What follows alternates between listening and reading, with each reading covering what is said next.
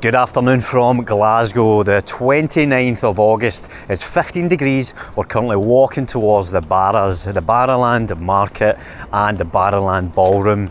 Now, it's Thursday evening, so there is nothing on at the Barras that I can see. Well, actually, the Barras is actually lit up, so there may be something on actually. But as far as the market, that's for the Saturday and the Sunday, where all the market traders, and we'll do that video in the next couple of days. But let's have a look at the Barras market, which is up there. You can see the lights on it, the classic emblem of the Barrowlands. There may be an actual gig, maybe a music gig on there, so we'll go and see who's waiting in the queue and see what it's actually like. But we'll cut through some of these back streets because there's some interesting architecture and some interesting characters tend to frequent those areas as well. Back there, under that bridge, is actually quite a rough area. There's an awful lot of alcoholism and drug use up that area. I think there's a hotel or something that's putting up people who are homeless. So if you live in a big city, you know how that goes. They tend to walk out like the Walking Dead, like a zombie apocalypse. You see one of the many artistic designs on the wall. That's Billy Connolly, the big one, Glaswegian welder, shipyard comedian.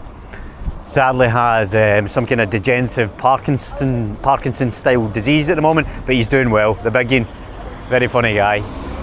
Ironically, was on Michael Parkinson, the talk show host. He was on his show many times. I don't know if there's a correlation between going on Michael Parkinson's talk show and then getting Parkinson's. Hopefully not. Although Muhammad Ali was on it as well. Various Turkish barbers, news agents, smoking ideas, cigars, paraphernalia. A useless retail space. If you want to stay here, the rent is very accommodating. Get your own garden.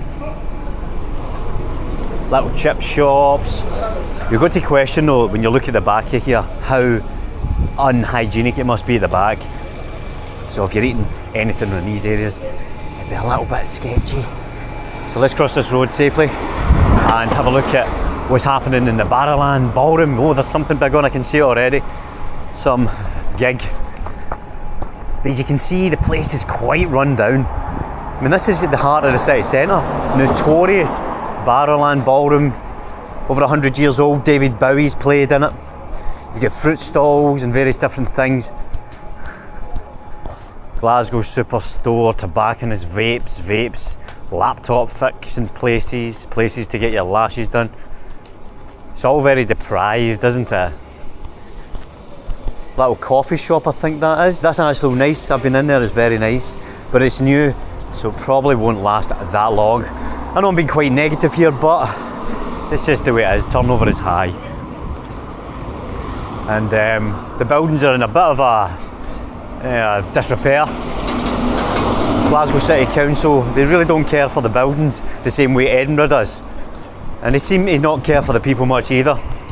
But the people are much friendlier, much more open than a lot of the people you'll meet in Edinburgh. People in Edinburgh tend to be just passing through, or they're studying there and they go into their own little groups and cliques. But up here would normally be your Barras, where it would be very busy on a Saturday and Sunday. But we can see here we have the music venue. Don't know what's going on, who's playing. And there's a very nice, it's almost like a Cuban style pub. I was in there a few Saturdays ago. Very nice, very interesting. Let me see if I can walk up here, see if maybe there's a beautiful dog. Can I cut up here? Are we allowed?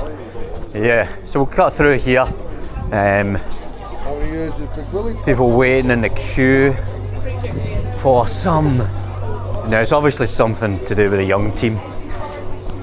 Maybe some kind of, I don't know, indie stuff. But it's not my cup of tea, but it looks at it. Girl in red doing it again. That's what it says in that t-shirt, so it must be something to do with that. Bit of cosplay going on here as well. So what we'll do is we'll continue walking up and then we'll swing it right and we'll cut through the Barras where the market stalls would usually be. You normally get a few interesting characters hiding in about the kind of in shots where the market traders would normally be on a Saturday and Sunday. And then I'll be heading to Morrison's at some point to get my dinner. A man who walks as much as me must feel himself. So yeah, and you've got what's it called? This place up at top. It's a music venue. I can't remember the name of it. Wow, it's busy. It's busy, busy, busy. Yeah, the queue goes all the way back. Wow. Yep. Yeah, absolutely. So we'll swing a right down here and we'll cut through where the market traders would normally have their stalls. So up to the left is where the schemes would be. Not particularly bad schemes, but a lot of pensioners stay in there. This is where the Barras market on a Saturday and a Sunday would be very, very busy. So this is where we'll come. Maybe the weekend, since it's Thursday, we'll come here maybe Saturday, maybe Sunday. And I'll make a video in the thick of it and you can see the type of things they sell and the types of people that are trading here. Hopefully the wind's okay, the wind's blowing on the microphone at the moment, I hope it's okay, sorry if it isn't. There's a nice little Vespa, nice little scooter. Is it an actual Vespa? No, but it's nice looking. So yeah, you've got the indoor market part, you've got the outdoor part. The Barras has changed massively over the years.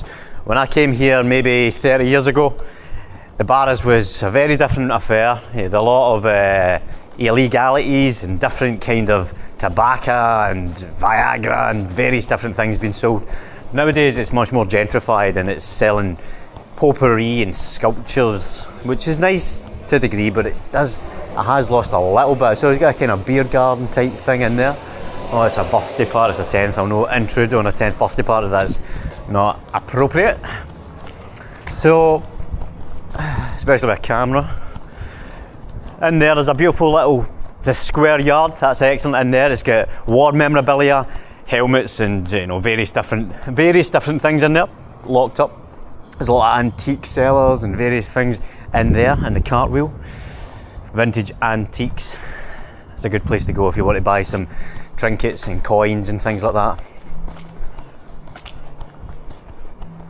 The artwork that's actually done on these walls was done by a fella called Frankie Robertson. I actually met him in that pub, that bar just at the front, just earlier on when I pointed out to you, the kind of Cuban style.